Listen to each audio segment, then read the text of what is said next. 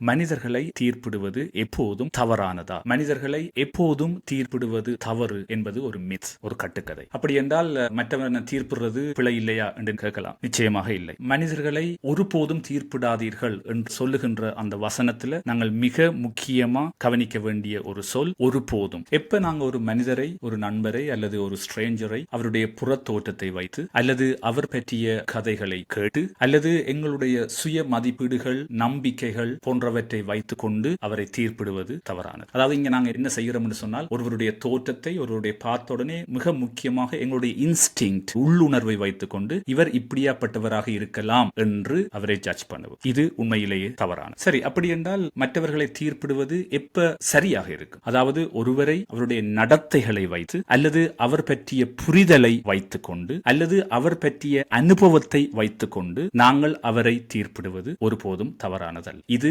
மனிதர்களுடைய சாதாரண இயல்பு. நாங்கள் அப்படித்தான் படைக்கப்பட்டிருக்கிறோம். யாரையுமே தீர்ப்பிடாத அல்லது இந்த ஜட்ஜ்மெண்டல் என்கின்ற ஒரு குணம் இல்லாத மனிதர்கள் இந்த உலகத்தில் இல்லவே இல்லை. எங்களுடைய மனித இயல்புகளுக்குள் அடிப்படையாக இருக்கின்ற பல முக்கியமான இயல்புகள்ல மற்றவர்களை, இன்னும் ஒரு பொருளை, இன்னும் ஒரு சம்பவத்தை, ஏதோ ஒன்றை எங்களுடைய புரிதல்களை வைத்துக் கொண்டு தீர்ப்பிடுவது என்கின்ற ஒரு குணம் மிக மிக சாதாரணமானது. ஆனால் மனிதர்களை தீர்ப்பிடுவது என்பது சில நேரத்தில் எங்களுக்கு அல்லது எங்களை பாதுகாத்துக் கொள்வதற்கு மிக மிக முக்கியமான, தேவையான ஒரு விஷயமாக இருக்கும்.